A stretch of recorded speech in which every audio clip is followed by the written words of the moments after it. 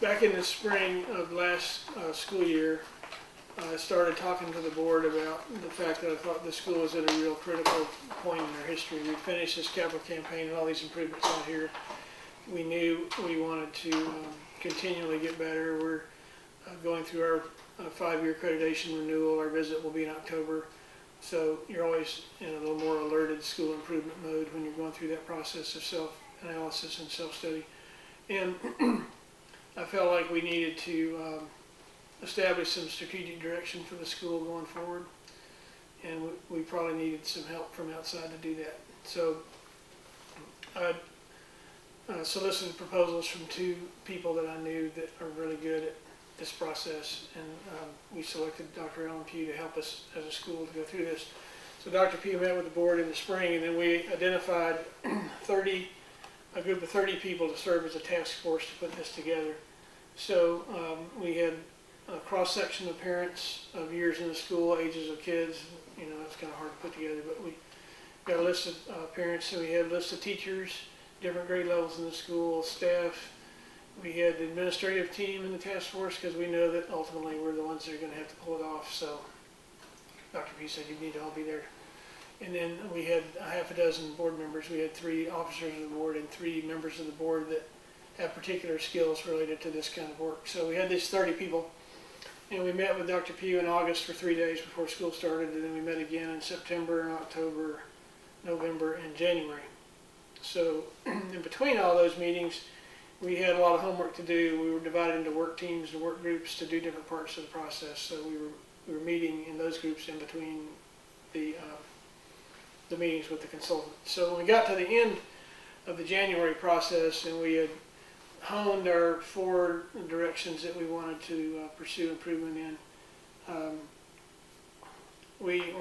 Dr. P said, well, what do you think? How would you summarize what you're trying to do here? And the word better just came out of the conversation. We're just trying to get better. And so that's where the always better comes from on the cover here. But what this kind of work is like an upgrade. It's not new construction, obviously, because we're 60 years old, so it's not new stuff. But it's an upgrade efforts, you know, and some of us have done upgrades in there. You know, everybody's trying to get you to upgrade your kitchen and your bathroom and all that kind of stuff. So when you do upgrade work, you uncover some things you didn't know were there. Recently, I got a chance to go through the house that I grew up in. It was built about 1920, and when we lived in it, it was all carpet. When we were out of it, they peeled all the carpet up, and it's all these really cool hardwood floors, but we never knew that little treasure was under there, you know, because that was the era of everybody had carpet. So sometimes when you do renovative work, you find little treasures you didn't know were there, and sometimes you find things that you're going, wow, we got to fix that. So when we converted the former cafeteria into the early childhood classrooms, it was one discovery after another of things we had to fix. You know, so it kind of works both ways when you're doing this kind of work. But what this is not, it's not a checklist of stuff we're going to do between now and start of school. It's going to, you know, we're going to get to the end of this and we'll be done with it. It's not that kind of a document. It's basically strategic directions the school's going to take, setting our trajectory to try to improve in these 4 areas. And the 4 areas we identified were the spiritual development of our children and our staff, the instructional quality of the school, that it be equally excellent through all grade levels and all subjects in the school, that we have the facilities we need to do the job, and that the school be financially sustainable and be able to thrive and not just survive in the economic climate that we're in. So how do we be as accessible as we can to as many families as we can be, still have the quality of program and the resources we need to deliver the educational quality that everybody expects us to deliver and that we expect of ourselves. So those are the 4 themes. So if you just flip this open, and the first page on the left there talking about better and kind of how we got where we are at this point, you can read over that. On page 2, there's a list of the parents that participated and faculty and staff and administrators and so forth. And there's a little synopsis on Dr. Pugh and what his credentials are. So in the next page, we get into the strategic initiatives. So number 1, the fear of the Lord is the beginning of knowledge. So we figured you can read, don't read priority into these 1, 2, 3, 4 because they're all equally important. we just wanted to list this one as the first one in the book because that's our starting point is with the Lord. So to cultivate an authentic faith community and provide a firm gospel footing for our students. Oh, that's all right. So the cultivate word is very intentional because it's an agricultural term. It talks about development. It's not a manufacturing term, so we're not cranking out products here. We're cultivating growth. And so we're not making widgets or coming off an assembly line here. It's a cultivating process. You don't have to go home and plant weeds in your garden. They just happen. But if you're going to grow something that's positive and purposeful, it obviously takes intentionality and cultivation process. So the authentic faith community part relates to genuineness, obviously, and consistency and integrity spiritually within the community of the school. The older I get, the more I hear the word community used in terms of how we live our lives as Christians and how we need the support of each other and how we are called on to stand with each other and encourage each other and to call each other into account when we drift we get outside the bumper pads. We need somebody to call us back to where we know we need to be. The firm gospel footing picture there in that first initiative, one of the phrases that came out of our conversation in this work team working on this one, and that was one in which I participated, the phrase gospel agility came up a lot. And basically the idea was that you could have the gospel so permeate your thinking and understanding that you could apply it with whatever circumstance you were confronted with. So I think about a football player running around the end with the ball, and you have all these people trying to tackle him, and he's got to dodge one and another. And one of the most important things is that he be able to plant his foot and cut and change direction when he has to, and that would be firm when it doesn't give out on him, when he has to adjust to what's coming at him. So I think the agility and to be settled enough and solid enough in the foundation of our faith is critical for our students. If 5 years ago I would have taken today's newspaper and set it in front of you and said, this is what our country and our world's going to be like in 5 years, you'd have thought I was nuts. You said, there ain't no way. People are really going to think this way? That's crazy. So that's only been 5 years. So we're trying to prepare our students for a lifetime. So you can't get totally focused on, we're going to deal with this challenge and this challenge, and we don't know what their challenges are going to look like. But we have to give them enough of a foundation that whatever comes at them, they have something to work from. And so that firm footing is critical, I think, for their success. So in the rationale there, it talks about doing this through direct instruction and through modeling. More is taught than taught and all those kind of things. A number of years ago, we had a man who worked here who was really a neat freak, and he really just couldn't stand any litter on the sidewalks. And he would, every time he walked by a piece of trash, he'd pick it up. And I try to do that, but I'm nowhere near like he was. And he'd pick it up, and so his thought was, if I do this, I'm not only am I cleaning up the campus, that other people will see me do this, and they'll say, I will do this too. But no, if you don't have the direct instruction piece that you need to do this to, they just walk by and go, oh, that's who's supposed to pick up the paper. So they don't connect that without direct instruction as well as with the modeling. So it takes both of those pieces of the puzzle. Then we coined the phrase gospel Lenscrafters, so the idea that we're helping our students see everything through the lens of the gospel and to see things through God's truth. And the last part of the rationale talks about faith needs expression, needs service, and needs opportunity to apply it. And so goal 1 has to do with training and support for our teachers. We know they're on the front line of this. Our teachers in the upper school have, most of them in the high school are specially trained to teach Bible. Ones in the elementary school are trained to really be really good teachers. But there's some nuances to teaching the Bible that are a little different from teaching spelling and math and whatever.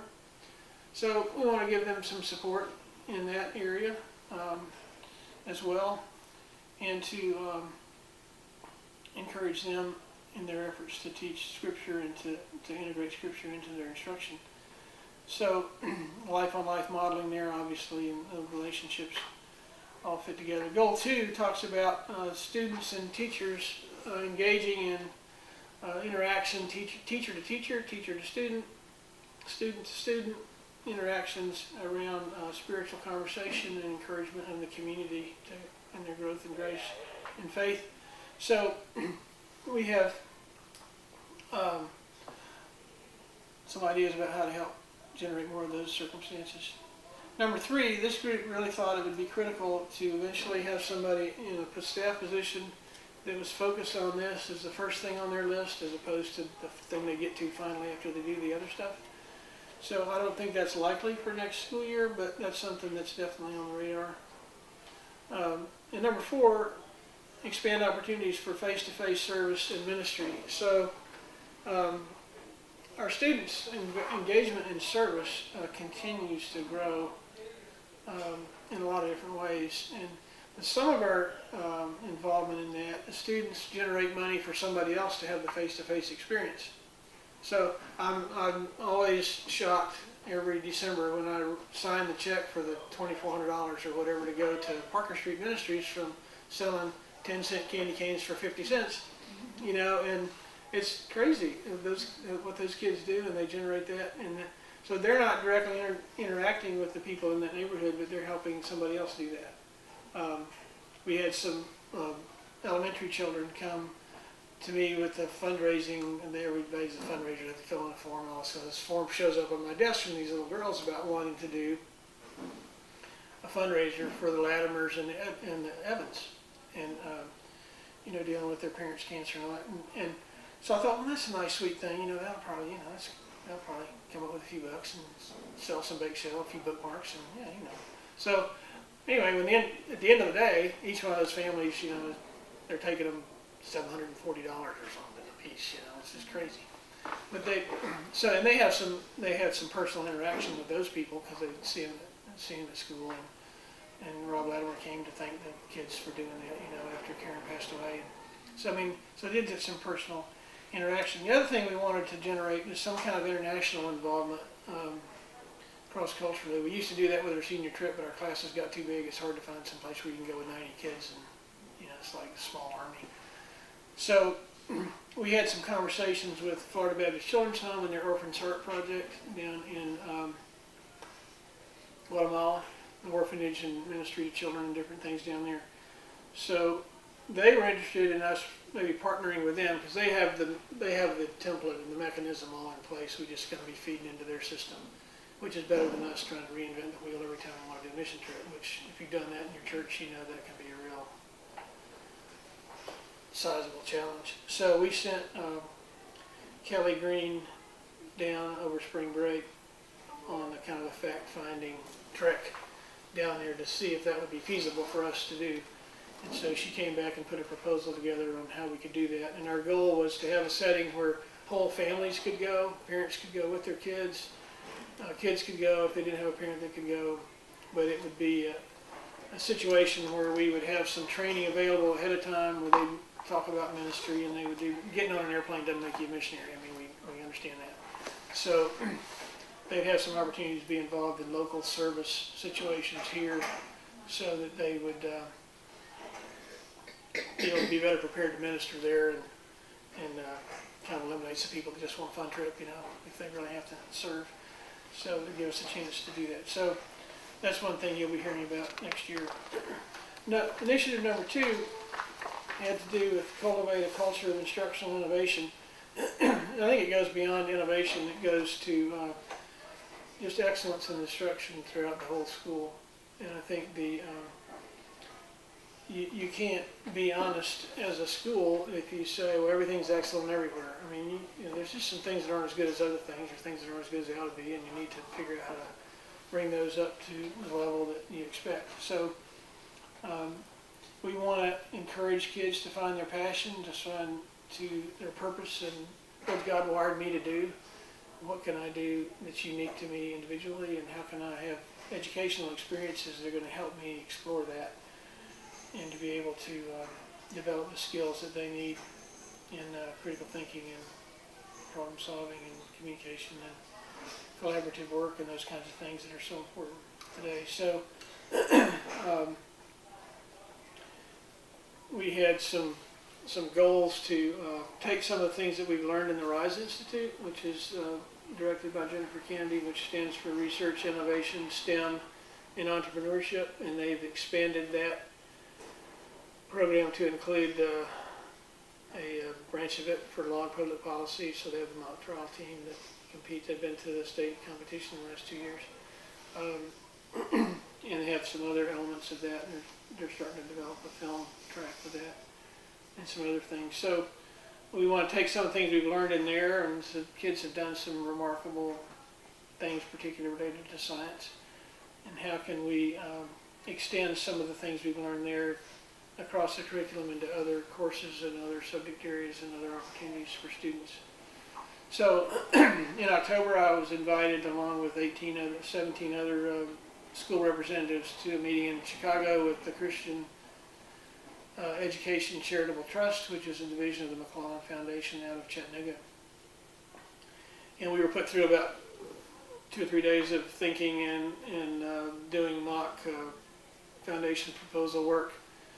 And then we were invited to submit proposals to that foundation to fund pilot projects of things that we would want to try that would make our school more financially sustainable, would develop programs that would help students better and also help us be able to attract more students and meet student needs that may not be being met, and enhance our sustainability as an institution. So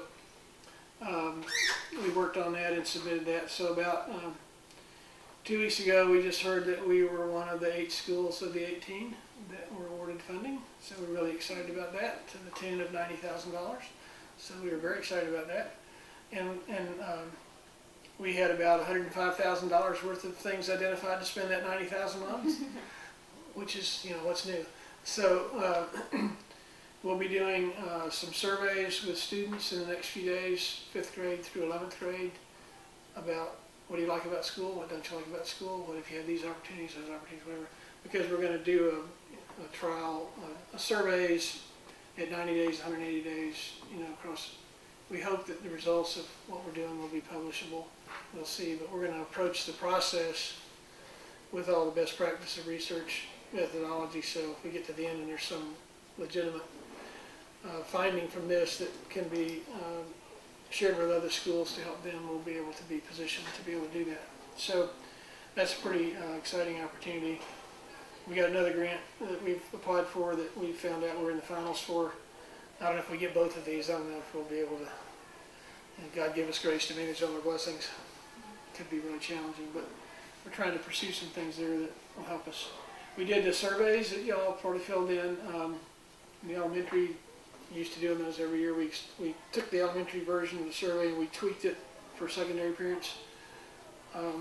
And that was following the ISM surveys that we did in the fall. You may remember doing those. So the interesting thing about the ISM process is that you find out really fast when you do a survey like that everybody doesn't think like you do. And most of us hang around with people that are kind of like us and kind of think like we do and everything else. So when you have that broad an effort to get data, you start finding that some people see things that they really value. You think, not so much. And some other people, it's just different. So in comments, somebody will say, how in the world can you employ this teacher? And the next comment is, that teacher changed my child's life forever. I'll be grateful the rest of my life, same person. But so you try to put all that together. We had some good big strokes of the brush kind of findings from that were helpful. We had the process of the focus groups related to the strategic planning process. So we had input there. We came back with the surveys after Christmas and got some more specific data from those. And then in the process of this accreditation process, where you're always doing self-study and self-analysis in a number of different ways.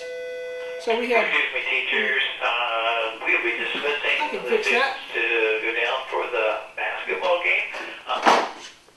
We do.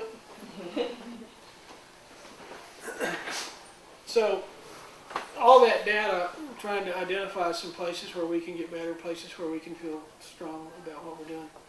And the good thing about all that is that the similar patterns that emerged from all those, it wasn't like we had a piece of input coming from one of those that was just kind of right out of the blue that we thought, man, we never thought about that. You know, so that speaks well. I think you have to have good school improvement efforts. You have to have self-awareness of where you need to get better and where you're doing a pretty good job. And so there seemed to be some consensus about those kind of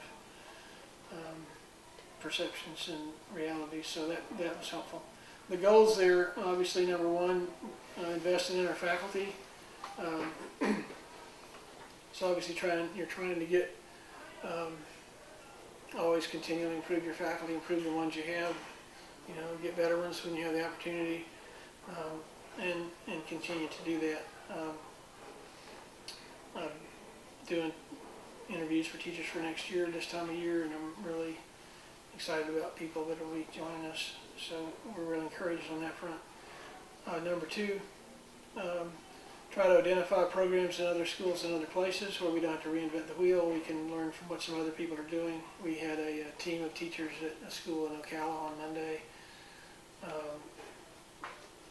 looking at programs related to primary grades phonics and how we might be able to do some things better on the kindergarten, first grade end and reading piece. So I haven't talked to them since they've come back from that, but that's just an example of trying to figure out how we can learn from some other people. Number three, basically, we want to have effective strategies every day, every classroom, and that's aspirational but realistic for school. Number three, our programs are outpacing our facilities, somebody told me the other day. I think that's a pretty good summary of the reality there. We do have a master plan for the campus in terms of campus development, and so we need to add some facilities to the mix. Our students K4 through 8 are in really good facilities. After that, it gets a little bit like we're taking a step back in time. So we know we need to address some things there. So if we're going to do this innovative kind of thing, we're going to need some more space. The RISE program now operates out of a converted teacher's lounge and closet, and it's woefully too small, but it's the only space we had, so we jumped on it and used what we have. So we know we could do more with more, and we're trying to figure out what the priority of those things should be. Part of a very small percentage of our budget in the last few years, probably about 3%, which is about half the industry standard, was set aside for capital, potential capital efforts for the campus. And we don't have any debt as a school, which is an incredible blessing. There's no debt service as part of the tuition calculation. So we had this money set aside for future capital efforts, and we found out that this property back here that we own behind the cafeteria here, which is kind of a mucky, woody, junky looking, dysfunctional wetland.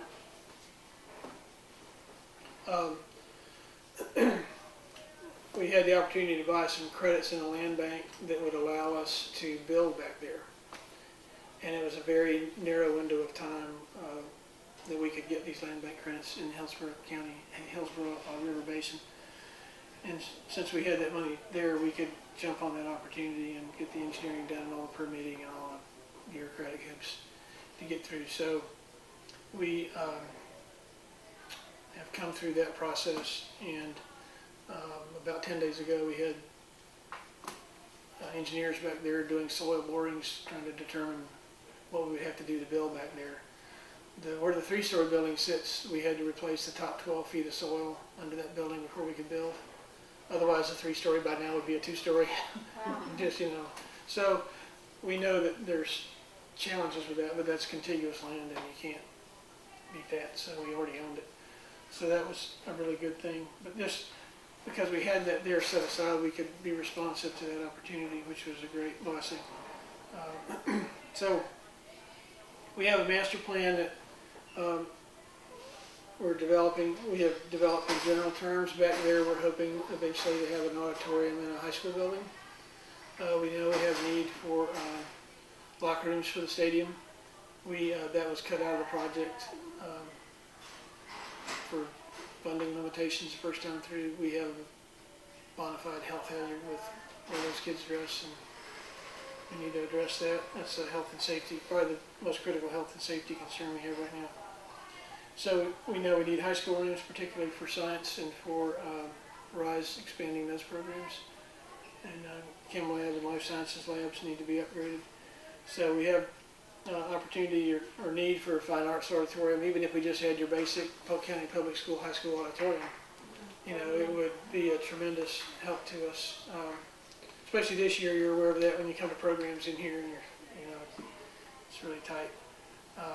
But it would also free up this space and free us to be able to do more things. We turned down some things for our students that we think would be helpful because we don't have anywhere to do it, because we can't interfere with what goes on at lunch. So if we had another meeting space somewhere that could hold more people, we would be able to take advantage of some opportunities we don't have available to us.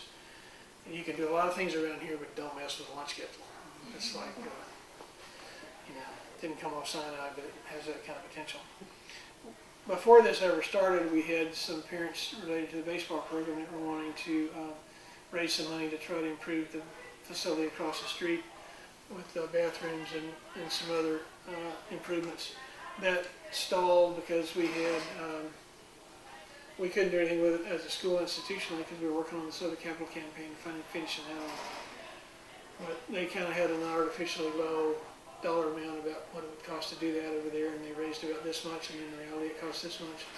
So kind of scaling that back and doing some exploratory talks about that. The interest on the school side over there would be to have bathrooms on the other side of the street. So kids have phys ed class over there or whatever, and they have to cross the street. And or I was at a baseball game a few weeks ago, and the two elementary kids came up to mom and said, can we go to the bathroom across the street over in this building? So they all, and then, we've all said it as parents, go over there and come straight back.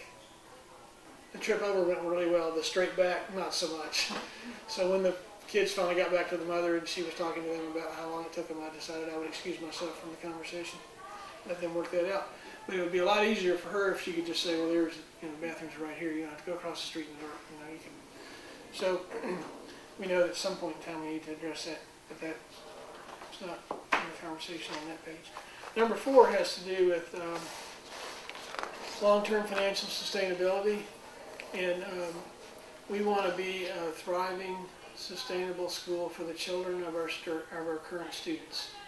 So how are we going to be in this for the long haul? We're 60 years in. We want to keep functioning in a way that we're accessible to as many families as we can.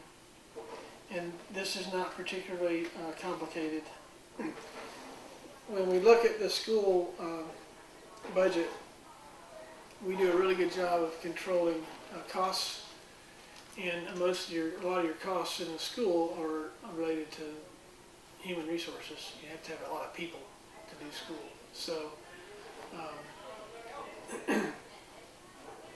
we do a pretty good job, I think, an excellent job on managing the expense side of the ledger. So the challenge is, how do you improve the revenue side, and how do you generate more income? So there's 2 ways to do that.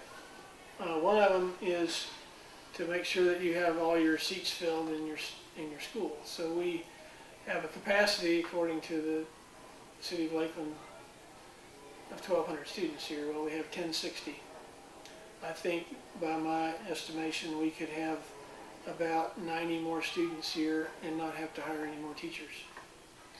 But the reason I say that is, if you take K4 through 8th grade, we have room in almost every one of those classrooms for 2 or 3 more students. This is where it gets counterproductive for parents, because you want to have a full enrollment because that eases the tuition pressure, but you always like smaller classes. So it's kind of like we want to start school after Labor Day, get out before Memorial Day, and still get 180 days in, and be off for Christmas again.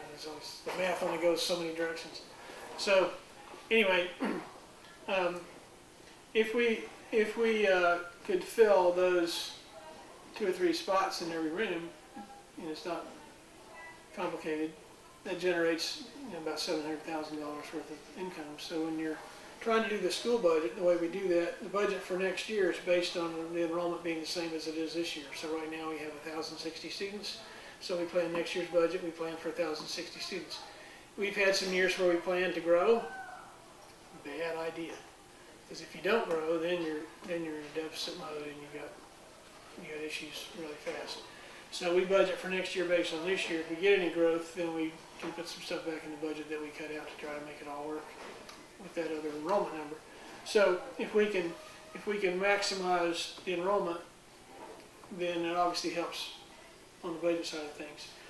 The mission of the school is to educate students in the light of God's Word, and we want to do that for as many students as we possibly can. So what we're looking for there is not just return on investment, it's return on mission. Does it help us do the mission? So the other revenue issue is, can we develop additional revenue streams? That's goal number 2. Broaden our donor base. We want to do some things to try to cultivate giving with alumni. We're doing some things for planned giving initiatives. We've had a meeting or two a year with a consultant with somebody that really knows the whole planned giving, wills and estates and all that kind of stuff. Had one of those last week. Just encouraging some people to include us in their end-of-life giving plans to build an endowment that should also be another revenue stream for the school.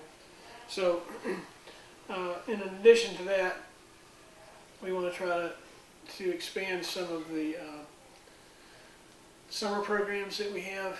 We've taken one step this year to kind of consolidate the management and direction of what our summer camp look like. Next year that'll probably morph to a new level, trying to figure out, do we want to provide an opportunity for students to be here over the summer, for parents that need somewhere for their child to go. If they're going to write a check to the Y, they might as well write to us and have it be in the same missional context that they're in for school. So I don't know if the children want to be in the same place all year round, but there'd be some advantage to that. But we want to make sure that whatever we do to generate additional revenue, that it's within the mission of the school. One of Matt Green's phrases is, we don't want a lot of sideways energy. You know, we don't want to spend, don't want to try to do things that we're not set up to do in order to try to chase some revenue, and it ends up being more diverting from what we're really, the main thing of our mission as a school. So we're trying to develop some of those possibilities and learn from some other schools what they've done, and help grow some different revenue streams to help supplement what we're doing. So on the back page, a couple of verses of scripture. One of them, Dr. Pugh suggested to us, and called us to 1 Thessalonians 4, where Paul encourages those people to excel still more, to continue to improve and grow and get better. And the other one, many of the plans of the mind of man, but the purpose of the Lord that will stand. The last piece of counsel we got from Dr. Pugh when he met with us for the last time, he says, remember, this whole process, you have to go forward on your knees. You have to be praying all the way through this. You can make all kind of plans and bring about a lot of activity and even school improvement. But if it's going to have real significant, lasting impact in the hearts and minds of your students, which is what you're after, then God has to be in it, and He has to be. I mean, only God can change a heart. You know, we've all tried changing our kids' hearts from the outside in, and it hasn't worked too good. It's about systemic internal change, and that's what we're really trying to do through Christian schooling. So what do you do with this? I ask you to do a couple things. One, if you just read it straight through, but we just kind of flew through it today for you, but read it so you get a handle on what's there. Have a sense of ownership in it. This is where we are going as a school. It's not something that, this is what the school's going to do for me. This is something that we're going to try to make happen together. Where can I get involved? Some of you will have expertise and opinions or questions. Have you thought about this? You might want to think about this, or I know a guy that could help you with that. That's how a lot of those kind of things happen. The revenue stream piece, what families do you know that really ought to consider having your kids at Lakeland Christian? You're not going to bring in somebody you don't want your kids to go to school with, obviously. We're trying to develop, as a part of this grant, some a little more free-flowing opportunities for students that are being homeschooled to come in and to give us a limited tuition, but to be involved in some of those RISE program initiatives research. We have a couple of students now that pay to be part of that program that might only be here a half a dozen times a month. The rest of the time they're out working on the research, collaborating with some professor at USF or somewhere, going somewhere doing something. They're, Jennifer's helping them, giving them direction and guidance as they work through this project. But they're not here every day, and homeschool parents don't want to be somewhere every day at the same time. That's not part of their approach and mindset. So we know we have one or two students that'll come here and pay us for one course in the high school. They might just take band. But most of us homeschool people won't want to be anywhere from 9 to 10 every day. That's not how they do it. So we want to have some kind of way that we can provide some educational services. We can touch some more lives of kids. We can help them. They can help us, and explore some ways we could expand there with all the same admissions criteria and everything else. So families out there that that might be appropriate for Lakeland Christian. And then to pray for us and with us as we go about this. So when you get home and read this, you may have a suggestion or a question, or what do you mean by this, or have you thought about that? Shoot me an email, and you'll be hearing what can you expect from us. You'll be hearing reports back from us, probably at least quarterly. Here's what we've done so far on this, and here's what we want to do next, and does anybody know how we could do this? Jennifer's, one of her favorite questions is, how might we fill in the blank? So we want to continue to get input, but also continue to update you on where we are. Here's what's going on mission trip, here's what we're doing on faculty development, here's what we're doing over here, so that you know what's going on as we work our way through it. So